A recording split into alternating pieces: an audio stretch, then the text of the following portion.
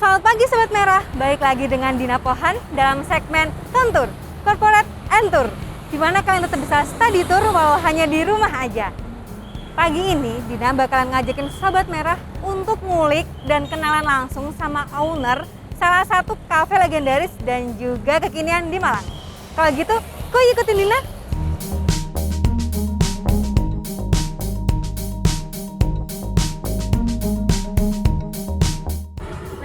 Iya, Ricky Mbak. Mas mau main-main ke dalam dan lihat-lihat suasana itu tuh boleh nggak? Boleh, silakan Mbak. Oke. Oh, dicek suhu dulu ya Mas ya? Iya, itu protokol kesehatannya, ntar dicek suhu dulu. Yang ingin jaga keamanan. Iya, isi Mbak ya, tanya dulu. 36,4. Ya, silakan pakai ini dulu.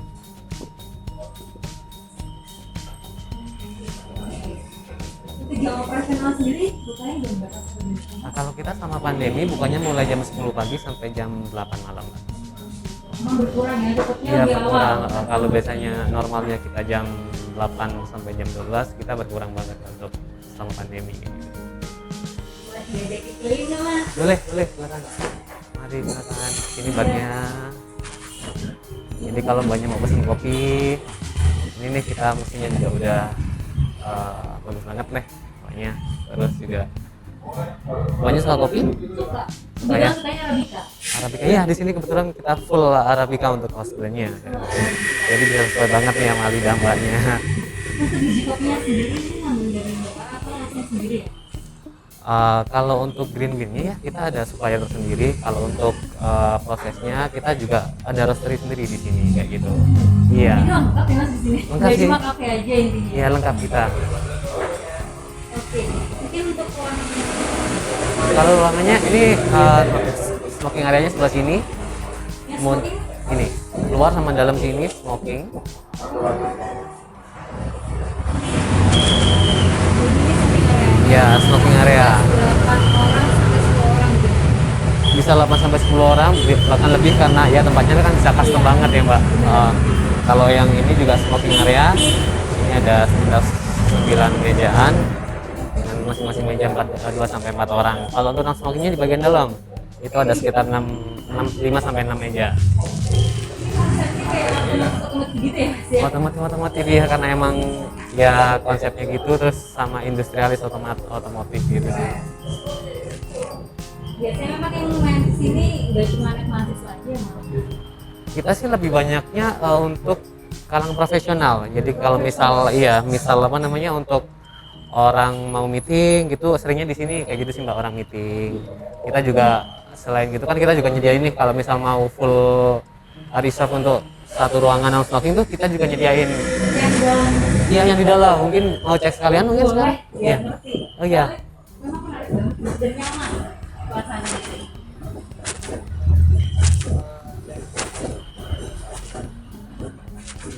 Ini Mbak, silakan. Jadi kan ini kan non smoking ya. Jadi sini full AC.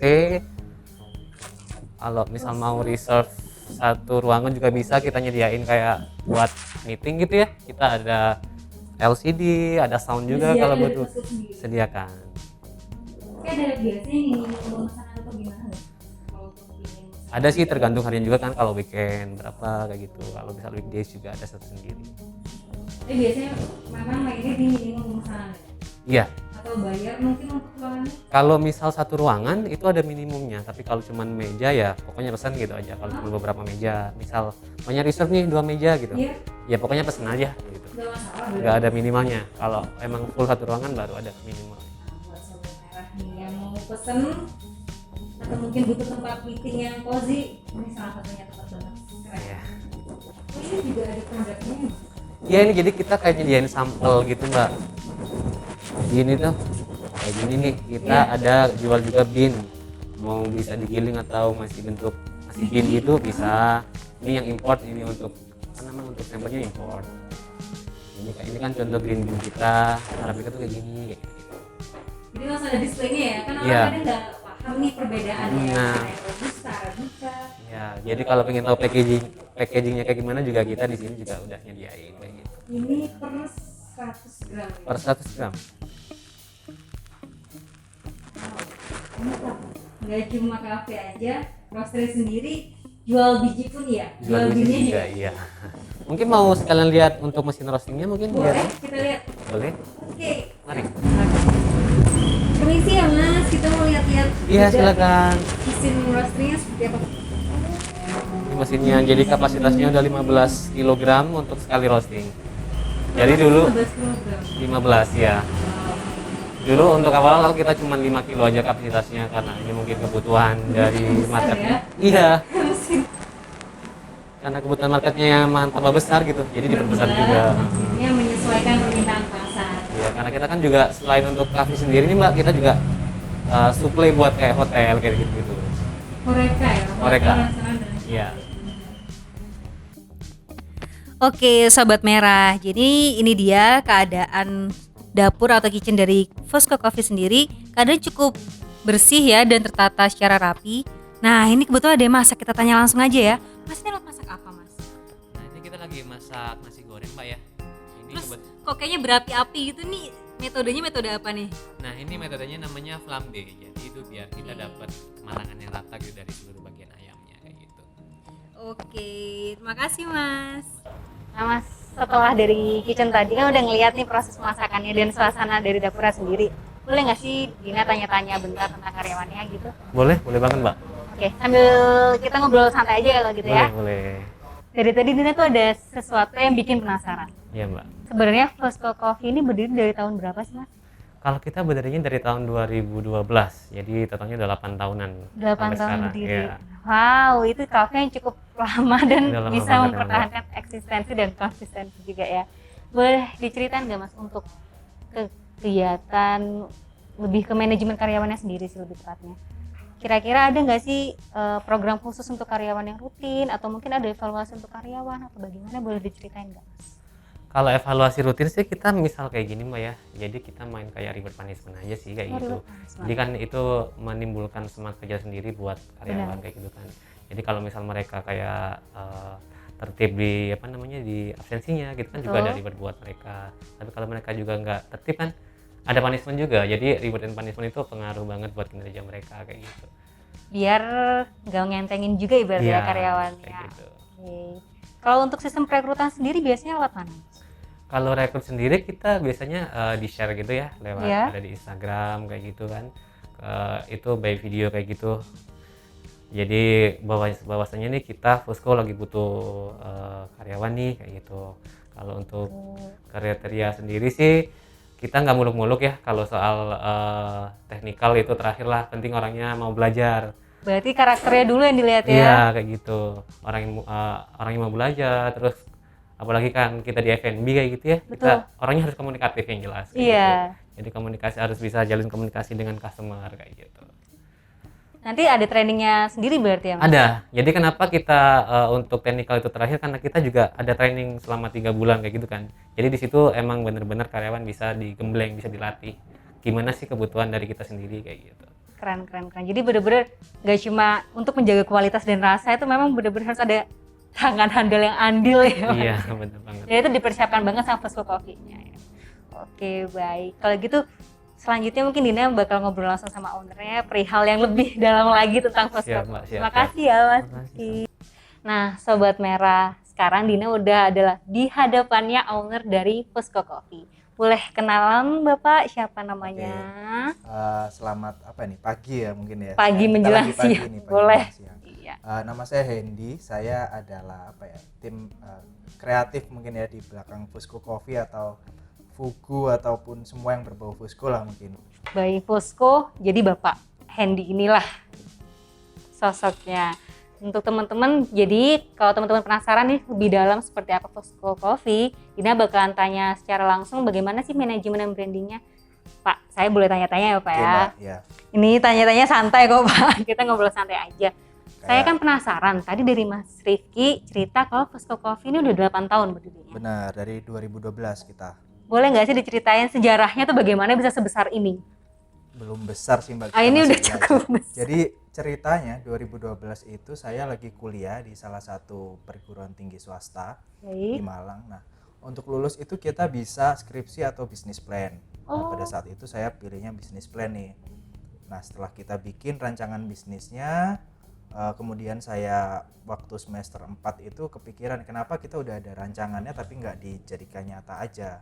Akhirnya pada saat semester 4 kita, saya putuskan cobalah kita bikin beneran nih real bisnisnya.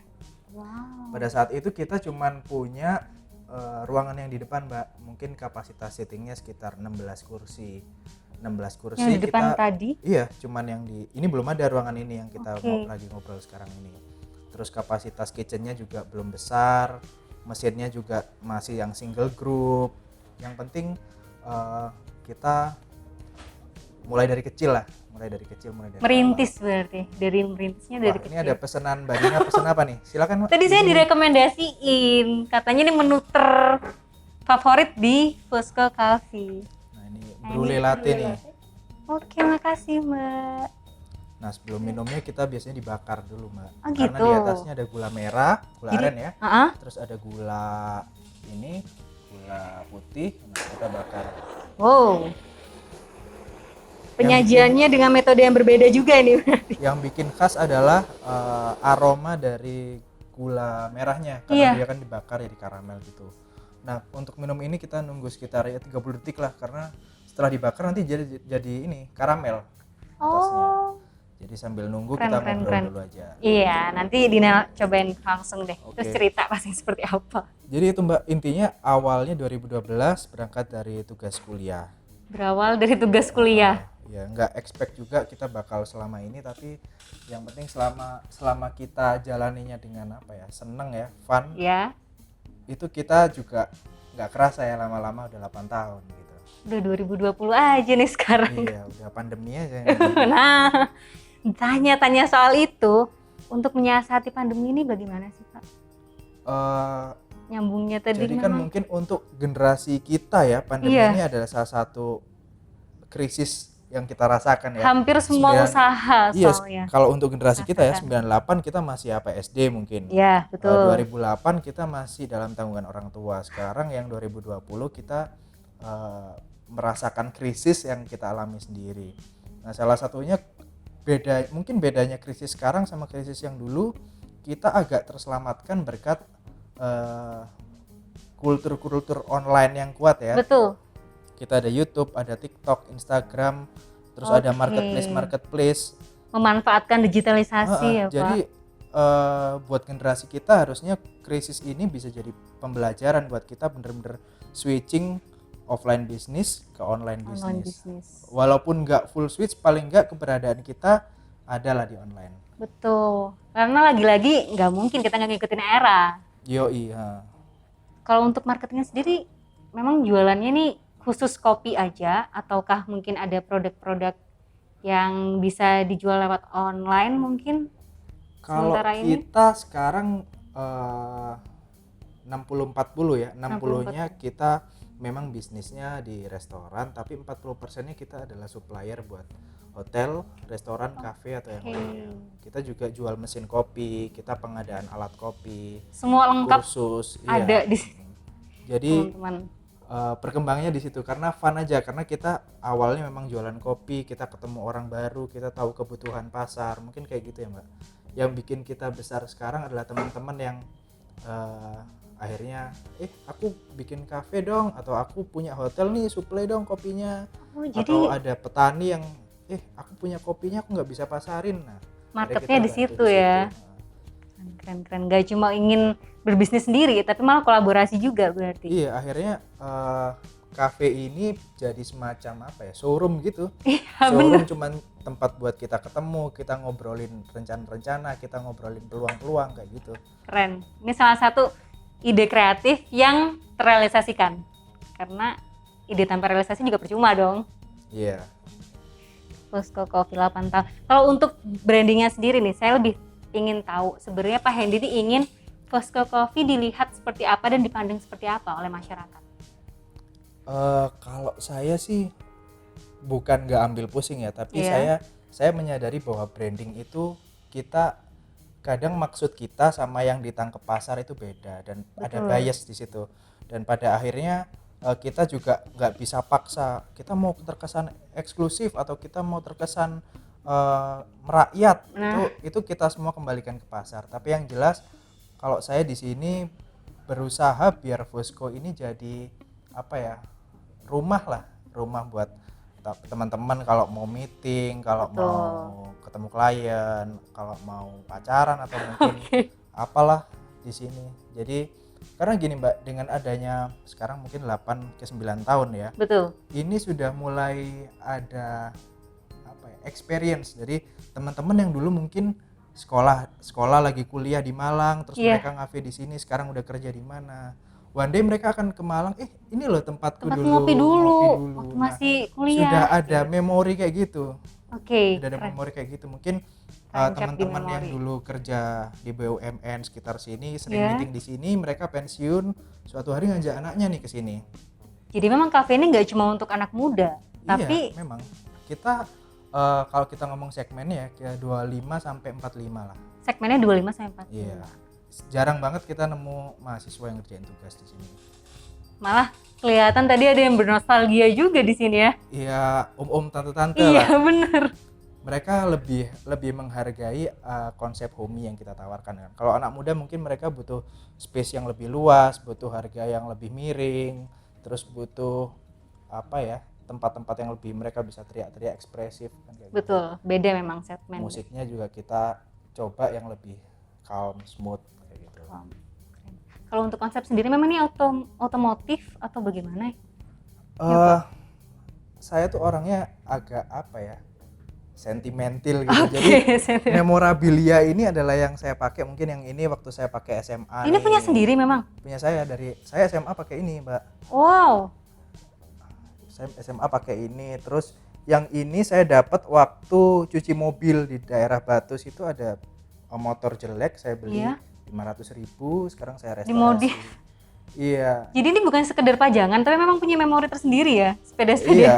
Jadi seakan-akan orang ke Fusco ini masuk ke tempat saya ya. Betul. Dan tapi sekali lagi kita nggak bisa paksakan itu. Orang mau lihat, mungkin ada beberapa ibu-ibu kesini, kayak bengkel nih apa kotor, ya monggo, terserah. Yang penting buat saya ini adalah rumah.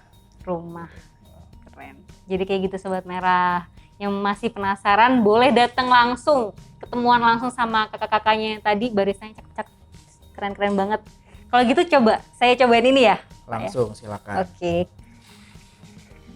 Saya cobain ya, Pak. Silakan. Ini katanya recommended banget.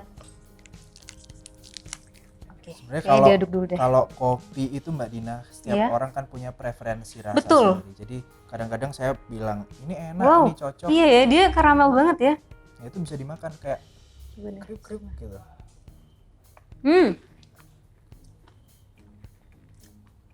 Karamel dari gula aren sama dari gula biasa tuh memang beda.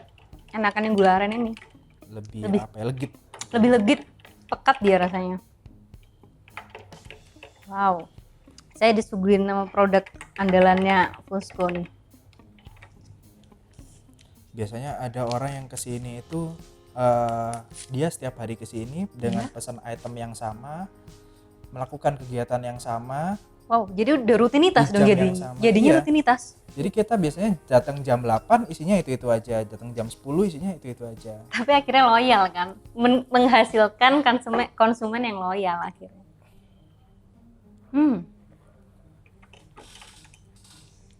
Gimana Mbak Dina? Tadi ya, dari penampilan sebelum diaduk, Dina udah mikir, ini kayak kemanisan nih, kemanisan. Ternyata enggak. Aman ya? Aman. Karena ada kopinya dia. Iya, ternyata enggak kemanisan. Krimnya dapet, kopinya juga kerasa banget. Kalau ini memang house blend ya kopinya. Kita house blend dari beberapa region ya. Mungkin ini cocok buat orang yang lebih cewek-cewek mungkin ya. Betul. Biasanya kalau cowok ngerasanya terlalu manis atau kurang pahit atau Ini apa. pas justru. Nggak kemanisan juga. Tadi udah mikir, waduh ini gulanya banyak banget. Ternyata enggak. Sobat Merah harus nyobain yang ini nih. Menu andalannya Fusco Coffee sendiri. Begitu, terima kasih ya Pak, kita udah diizinin buat keliling-keliling, buat kenalan sama teman-teman di sini. Terus mungkin Bapak ada pesan mungkin untuk teman-teman Sobat Merah Mungkin misalnya kita bisa lihat Instagram atau informasinya di mana aja nih. Oke, kita biasanya seringnya update di Instagram sih Mbak. Iya. Ada @fusco_coffee. @fusco_coffee. Kita juga ada di Tokopedia buat teman-teman yang punya cafe atau hotel atau pingin buat di rumah. Ada beberapa region yang ada di situ. Biasanya kita bisa manfaatin promo, kan ada promo-promo Betul. dari Tokped. Atau sekarang yang di area Malang, kita lagi ada promo di GrabFood. Oh, GrabFood serta GoFood. pesan lewat ojol juga bisa nih buat teman-teman yang pingin di rumah aja. Terima kasih banyak Iya. Pak Hendy. Kalau gitu jangan lupa tetap tonton video Dina dan nantikan video Dina selanjutnya. Oke, itu dia teman-teman perjalanan Dina hari ini. Jangan lupa untuk like dan share kalau kalian menyukai video ini, dan nantikan video Dina selanjutnya untuk jalan-jalan lagi ke lain tempat tentunya. Kalau gitu Dina pamit, dadah, bye-bye.